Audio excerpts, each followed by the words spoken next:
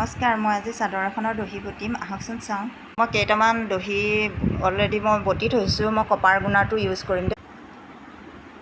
এই সূতাডালেৰে মই 3টামান এনেকৈ গাঁঠি দি ল'ম। আকৌ সূতাকেইডাল পাৰিও এনেকৈ 3টা গাঁঠি দি ল'ম।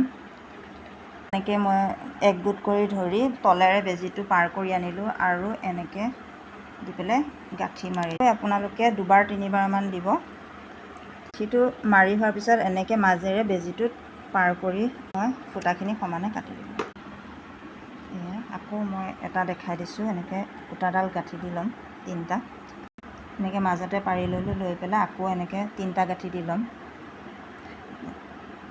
মই টাইটকৈ ধৰি তলেৰে বেজীটো পাৰ কৰি আনি এনেকৈ এইখিনিতে আপোনালোকে টানি দিব। টানি দিলেহে গাঁঠিটো টান হ'ব। আকৌ এনেকৈ আকৌ সূতাডাল যদি ভাল পাইছে তেনেহ'লে লাইক এটা কৰি দিব।